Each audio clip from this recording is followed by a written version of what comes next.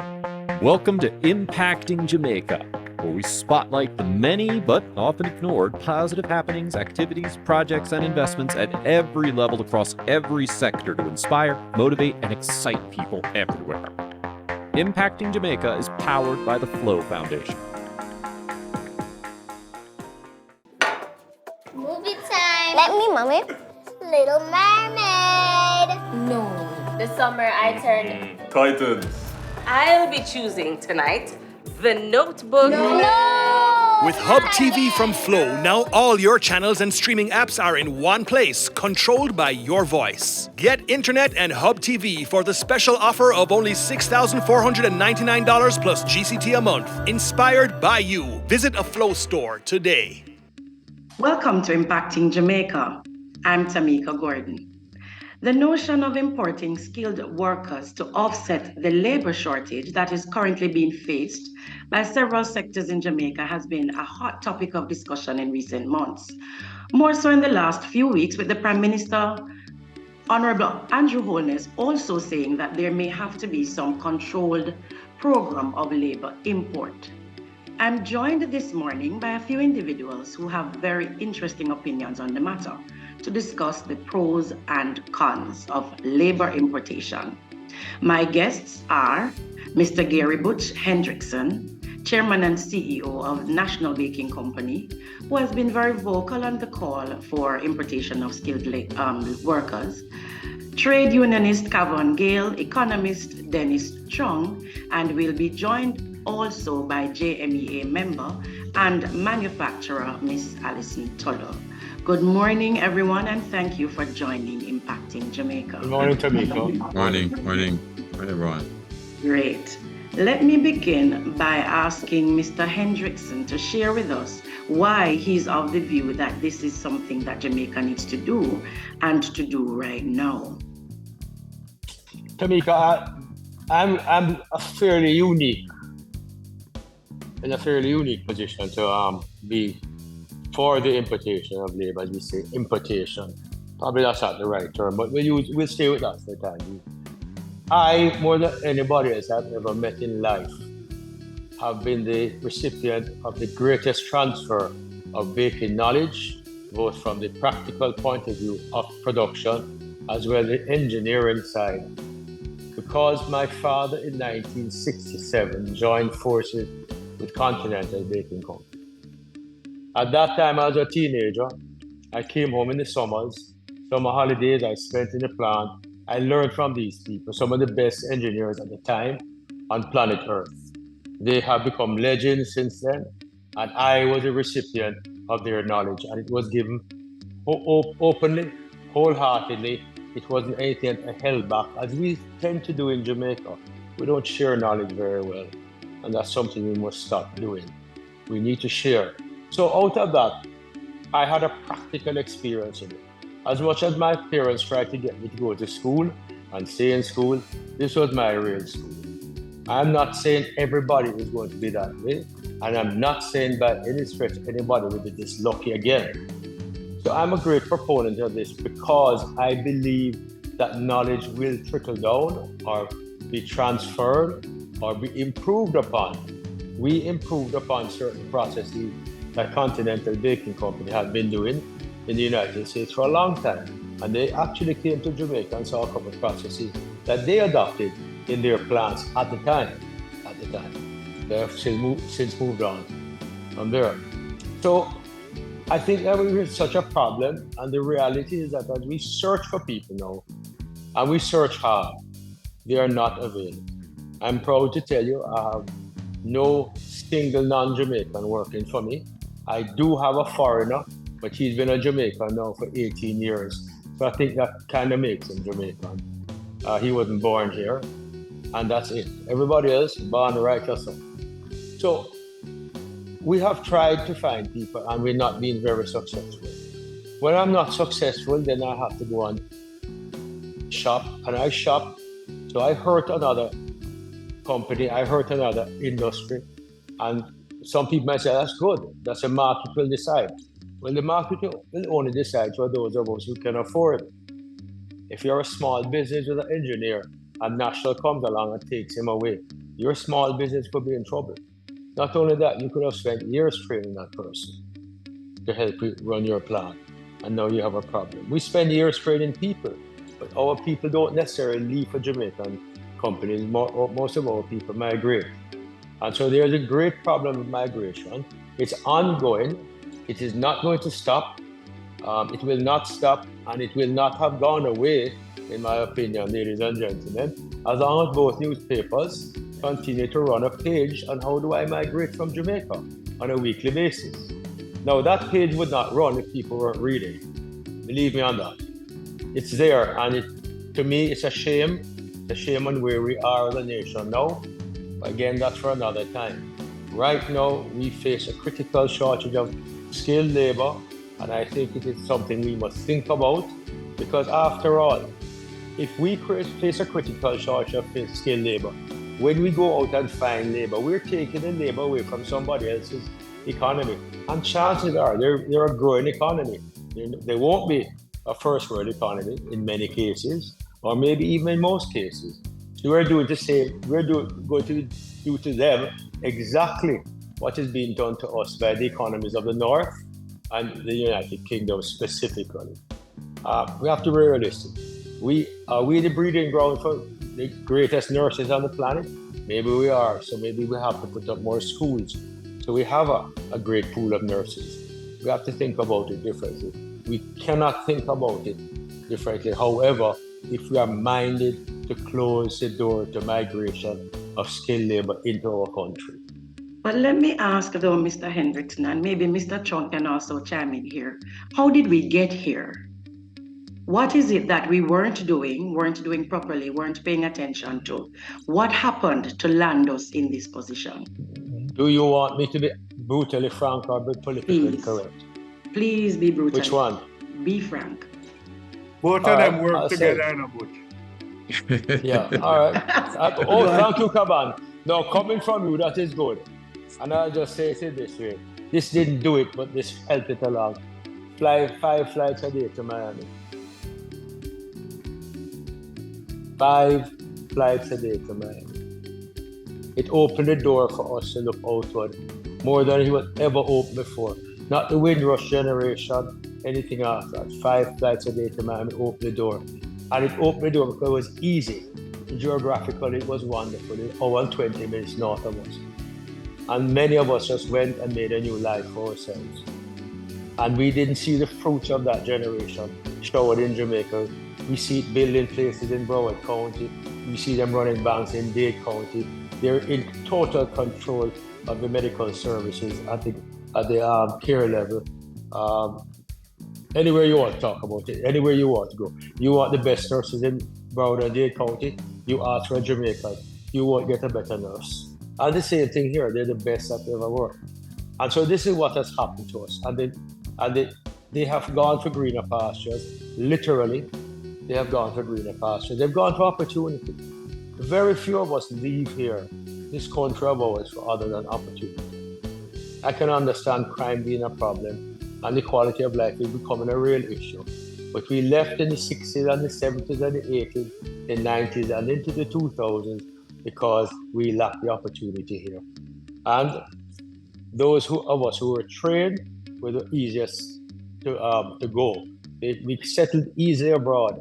We had a skill, and we added to that wonderful pool of skilled labor that they had to draw from, and it left us without anyone in Jamaica, or very few.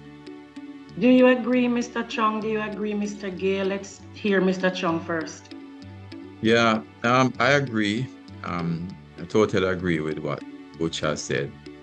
The truth is that we've been fooling ourselves for a very long time. That we have not been importing labor. We have been importing labor, and we've been importing a lot of labor into the country. It's just that we have not been importing them directly. How have we been importing them? We have been importing them by ceasing to produce locally and importing. So what we've effectively done, for example, the situation where we had Goodyear producing here, is that we stopped producing tires with local labor. And then we started importing tires that were produced with labor from overseas. So all we've done basically is fool ourselves that we have not been using overseas labor, and it has gotten us in some serious problems. If we had an open door policy where we invited skilled labor to come in, just like the US was built based on migrants, right? We would have had a much more productive and a much more rewarded labor force in Jamaica today. But what have we done? We've sought to close it, and we have, and these are double standards. We have as a country said, oh, whenever the US, for example, raises an issue of immigration, oh, why don't they want us to go and work there? And all of us go there, as Butch says, from the 60s, 70s, 80s, 90s, we go overseas and we work over there, and we think we have a right to go there, and we go and build those countries. But we don't want persons to come here and build Jamaica. So, we have created such an issue for ourselves. In 2013, the IMF agreement says that if we want this country to move forward, we have to address labor market reform. We haven't done it in 10 years. Labor productivity has been falling every year since 1972, with the exception of about 3 years in the 1980s. What also has caused CARICOM not to work? Because we've failed to adopt the single market and economy, which is a movement of labor. And the Caribbean is one of the poorest countries in the region, because we don't allow the most productive labor factor to go where it's needed to build it up. We think of it as breaking it down. No, it is there to build it up. If you carry imported labor that's more productive into the country, then the people around you are going to get more productive. If the people around you get more productive, then people are going to get more money, because we're going to be able to demand more money for our exports, right? Because of higher productivity, and people will benefit. But we've chosen not to do that. And because of that, we're in the situation that we are today, with labor productivity falling more and more and more. And the problem that we have now, when we think that, we're going to clamp down on employers, and we're going to ensure that employers don't take advantage of workers. It has been happening, What happened is that because of the restrictions you put in place, then we move to this contract labor. What does contract labor do? Contract labor restricts the benefits that people get, because people don't have long-term pension, people don't have health care, right? And at the same time, we are promoting, by doing that, the importation of lower cost because of high productivity imports. Food items, for example, we're importing $1 billion worth of food every year. If we encourage productive labor in Jamaica, we could be importing only $200 million, for example. And the $800 million US would have been made here, which is labor input. But we've chosen not to go that route, and that's why we are here today. And that's why I think that inviting labor into Jamaica, especially when we have an economy that at 4.3%, you basically can call that full employment by definition, is definitely the way to go, or else we're going to be struggling at 1 to 2% growth every year. And the persons with capital will get richer, and the persons without capital will get poorer, and that's just reality. I mean, if we take that stance to labor, then we should take the same stance to the other factors of production, like capital, equipment, and say, let's not bring any capital equipment into Jamaica. What would happen to us? It's the same thing. Indeed. Mr. Gill? Look, we're having this discussion today. We're going to have it tomorrow, and we're going to have it in the future. It's a discussion, a complex issue, but it's a discussion that we need to have as a country. We're operating in a world of work that continues to change. There are no boundaries anymore with labor. There are no borders anymore with labor. And so we find ourselves in a situation where, if we are having a growing economy and we are attracting investment, and we are going to be bringing in more and more investors to improve competitiveness, and we are creating employment, there's going to be a time when we don't have the skills necessary to align ourselves with the development that we are pursuing. And so I believe we are at this stage now. And we may have been there for some time, but wasn't paying attention to it. The workers that we have in a global economy, they are going to move on and they're going to apply their trades elsewhere where it's beneficial to them. There are other countries that needs our skills. So why don't we need the skills of other countries also? Migration of workers is a global phenomenon. It's just that we as Jamaica, we are putting up this wall against it. Dennis made mention of the fact that we have been migrating labor. So all the investment and investors that we are bringing in, they have been bringing in their skills that they are desirous of. We have been penetrating and some of our workers have been moving to them. I want to go back to the 1960s. When, yes, Dennis, I was young then, but I looked at a particular legislation, the free movement of foreign nationals. There was a time in this country when we recognized we never had the skills, we never had the engineers that Butch was talking about. And so we imported those labor skills. But we not only import them to provide the necessary skills that are needed, we have embedded in that policy arrangement the transfer of knowledge. So what I want us to do as a country at this stage is that, look, we need to start having the discussions around this. We need to identify where is it that we need the skills gap. Do an audit right around, identify with all the players, the employers, the government agencies, the education institutions, and the state must come together, and the trade unions. How could I forget that?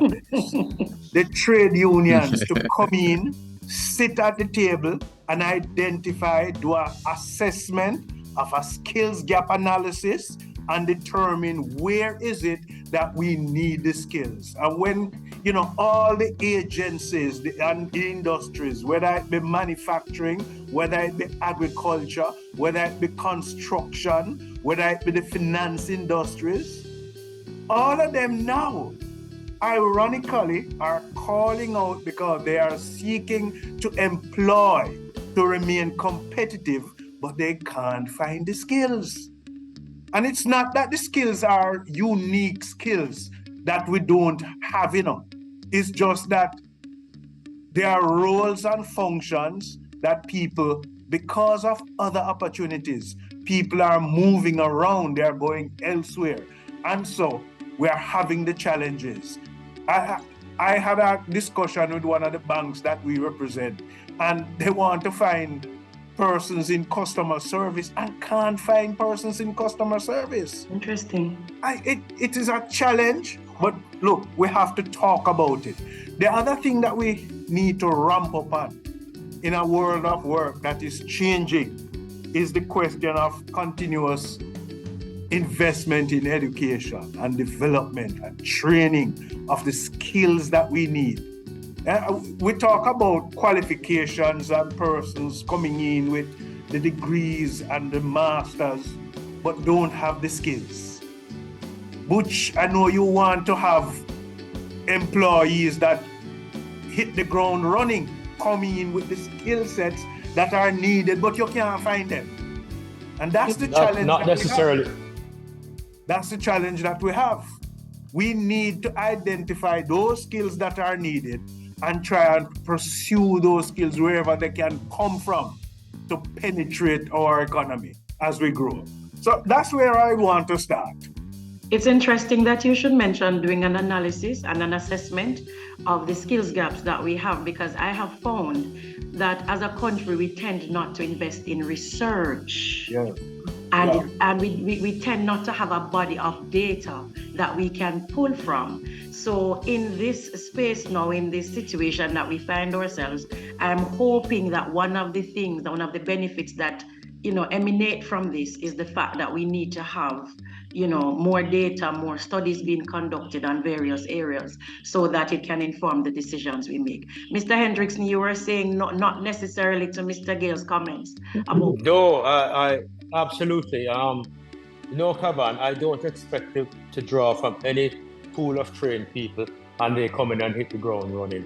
I think that'd be a little bit unreasonable in that you don't have 200 bakeries our size that you can have. So, let's do it like they did it already. We're kind of the only one of our size, ourselves in Excelsior, with a big route distribution system. That makes a huge difference. Right. We want people who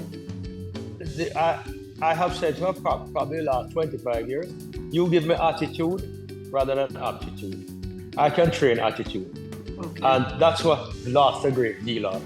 The other brutal reality is that people who don't deserve to be in a position are being put in positions because we have no choice. Countries over the last 50 years have had no choice. People have been promoted because there was no one else. And we paid a price for them. And the quality of their discussions and the quality of the decision making is not necessarily of the highest order.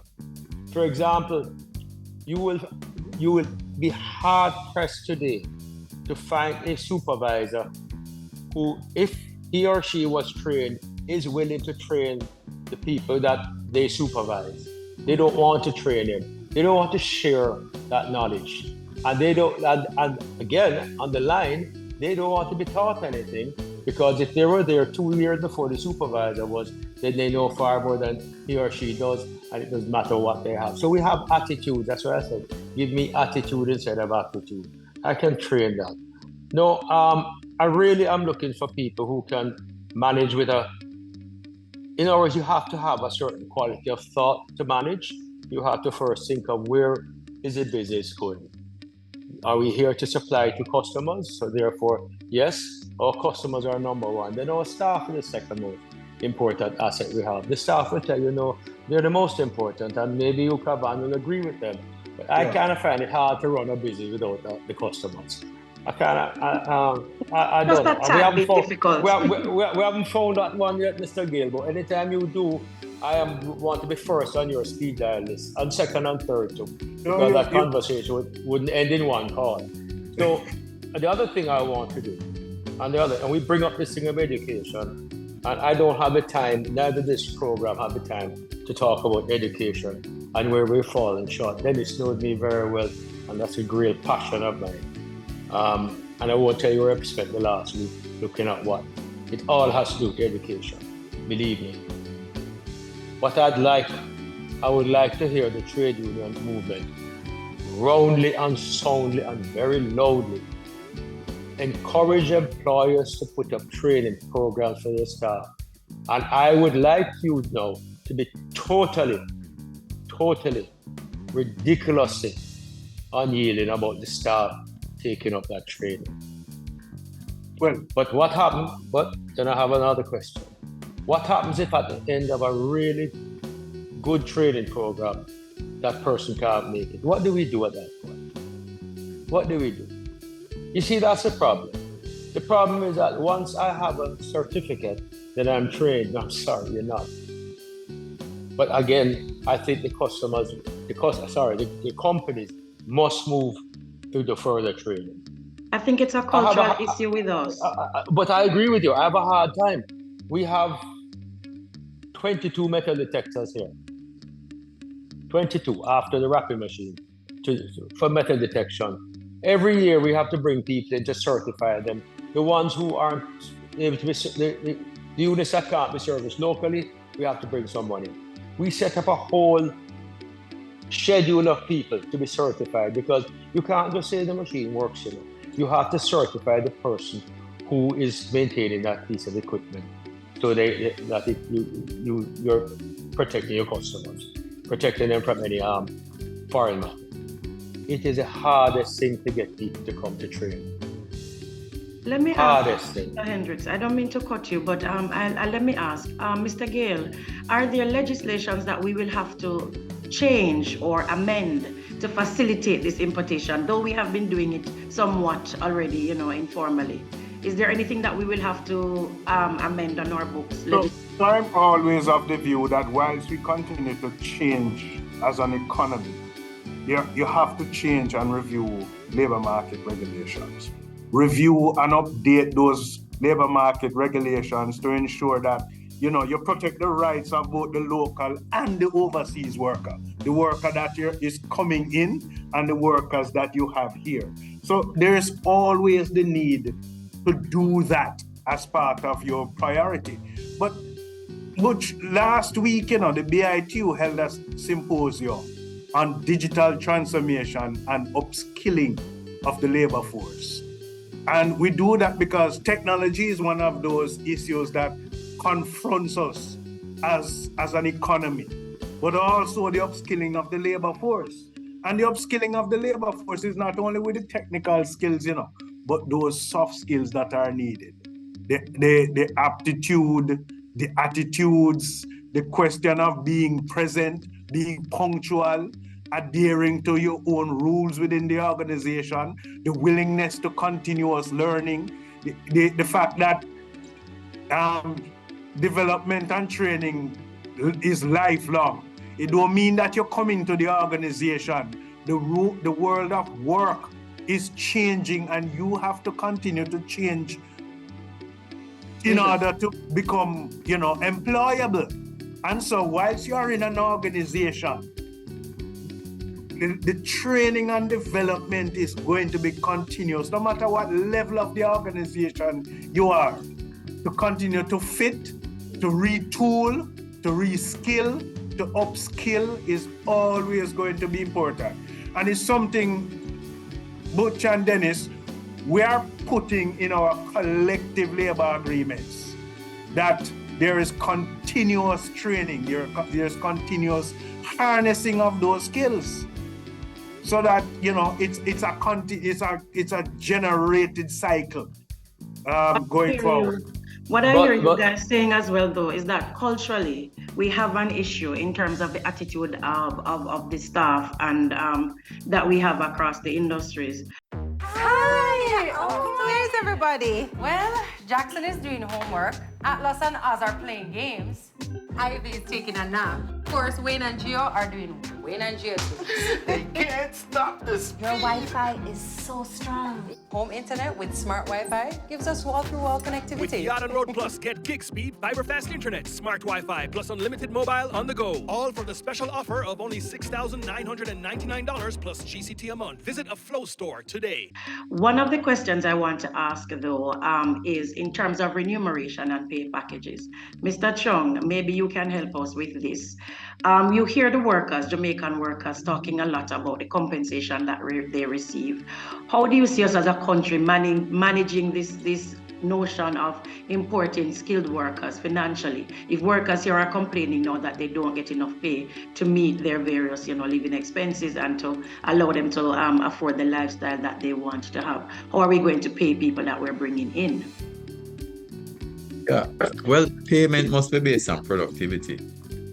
The challenge that most Jamaicans have is a matter of productivity. As I said, labor productivity has been falling every single year since 1972, except for 3 years in the 1980s. And that is the real issue with Jamaica's economic problems, right? We have failed as a country, though, to actually the labor market regulations and our trade unions in many respects have failed our workers, because what it has done is try to impose a situation on employers to say, well, they don't look, for example, at return on investment and compare it. They say, okay, so they look at Butch, for example, and say, oh, you made $100 million last year. Never mind that is 1% return on capital, right? And never mind that the $100 million, when you look at the risk over the period of time, can easily be wiped out, right? Oh, we want 20 of that. That's not how it works. Your incentive must be based on your productivity, right? So in the US, people leave from here and go to the US, and you'll hear them say, oh, I have to go to work, because if I miss work today or tomorrow, then I'm not going to make any money, right? Or I lose my job. It doesn't happen like that in Jamaica, right? And I'm not saying that we must go to an extreme like that, but we have to have a situation where we understand that if workers are to be paid appropriately, it must be based on the returns from the business, right? And it must be based on productivity, which we don't have that here. We go to other countries and we're happy to fall into a situation where we get paid based on productivity, but we don't want the same thing here. So what happens is that when you bring someone in from overseas, and I don't know if you remember that Wilmot Perkins, when he was on radio, he used to say that how someone called him and said, boy,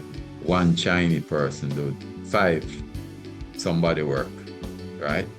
That means that that person is earning, from a productivity point of view, 5 times more than Not necessarily the person. though, because I know individuals who work in factories and production facilities who say they're being asked to do the job of 2, 3, 4, 5 people, but they're only being compensated for what they're currently doing.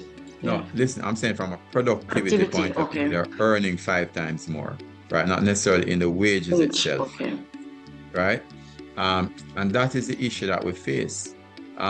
So people will continue to speak about that. Another thing to remember also, remember that until just a few years ago, we had a situation where 70% of our children were leaving secondary school without one subject, right? Those are, and who spoke about education, those are the things that we need to fix. It's a very simple fix if we have the will to do it.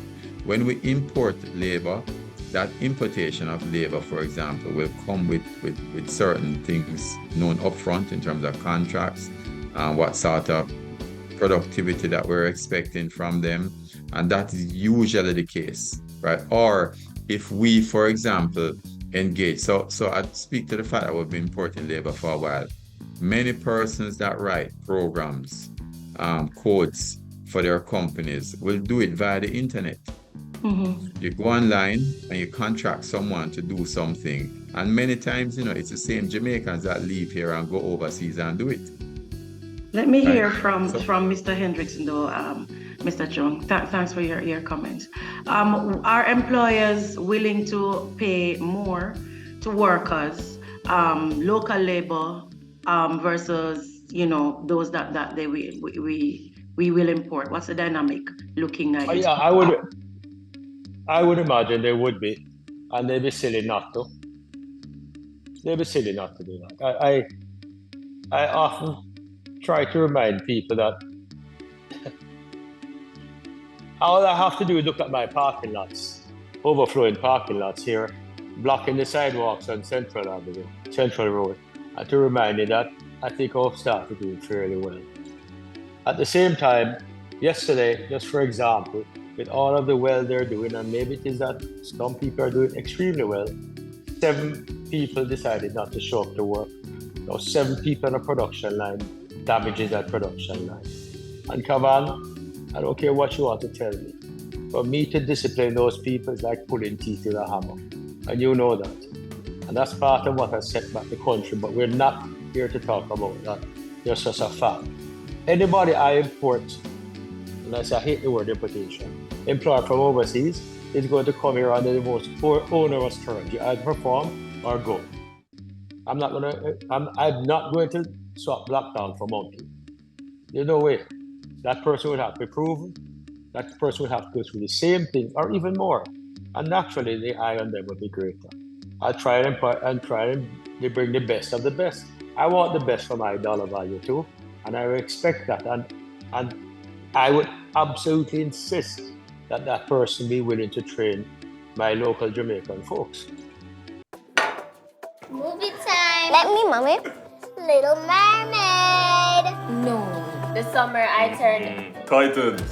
I'll be choosing tonight The Notebook. No! With Hub TV from Flow, now all your channels and streaming apps are in one place, controlled by your voice. Get internet and Hub TV for the special offer of only $6,499 plus GCT a month. Inspired by you. Visit a Flow store today. Impacting Jamaica is powered by the Flow Foundation. If you or anyone you know is involved with projects and activities that excite, motivate, and encourage, email us at impactingjamaica@gmail.com. That's all one word, impactingjamaica@gmail.com. We would love to hear from you.